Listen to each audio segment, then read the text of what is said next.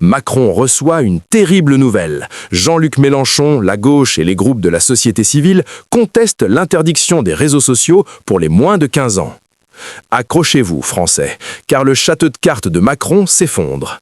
Emmanuel Macron, président de la République, croyait avoir trouvé la parade miracle contre la violence des jeunes en interdisant les réseaux sociaux aux moins de 15 ans.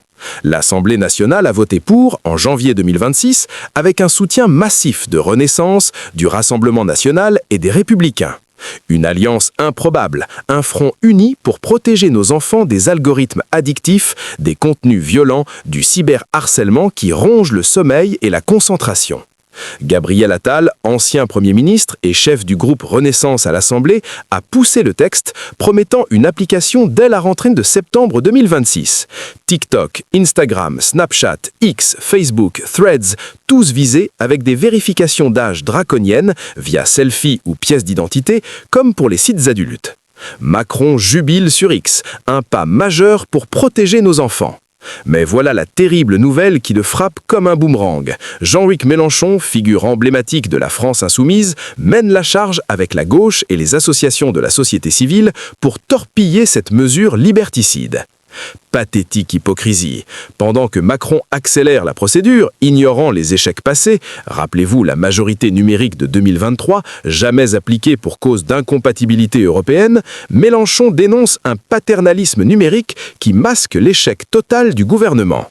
La France insoumise, par la voix de députés comme Arnaud Saint-Martin, fustige une réponse simpliste qui punit les jeunes au lieu d'éduquer. Les associations hurlent au scandale. Cette interdiction accentuera la solitude des plus démunis, ceux sans accès à des activités alternatives, creusant les inégalités sociales dans une France déjà fracturée par la précarité.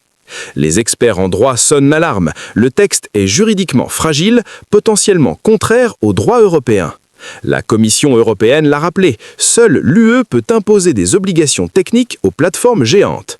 Et regardez l'Australie, qui a banni les réseaux pour les moins de 16 ans en décembre 2025, déjà contournés par des VPN et des astuces sans impact réel sur la santé mentale. La tension monte, implacable. Macron justifie, les études prouvent les risques, les troubles psychiques explosent chez les ados scotchés aux écrans. Mais Mélenchon contre-attaque. Pourquoi ne pas investir dans la prévention, l'éducation au numérique, plutôt que des restrictions qui isolent ? La gauche unie, avec les écologistes et les socialistes en retrait mais critiques, appelle à une mobilisation massive.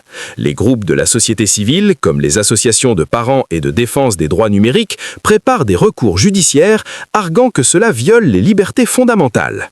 Imaginez des millions de comptes suspendus rétroactivement, des messageries comme WhatsApp scindées, YouTube et Twitch dans le flou, tout ça pourquoi ? Pour que les jeunes favorisés contournent la loi pendant que les vulnérables sombrent dans l'exclusion ? Si ça ne vous donne pas envie de rester aux aguets tous les jours, alors rien ne le fera. Car pendant que Macron impose son monde sécuritaire, la contestation gronde, menaçant de faire dérailler son quinquennat finissant.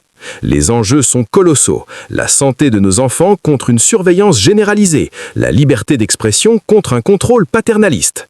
Et si cette interdiction n'était qu'un écran de fumée pour détourner des vrais problèmes, inégalité, éducation en ruine, précarité galopante. Macron, jusqu'où irez-vous pour ignorer la voix du peuple ? La gauche et la société civile ne lâcheront rien. Le game over approche.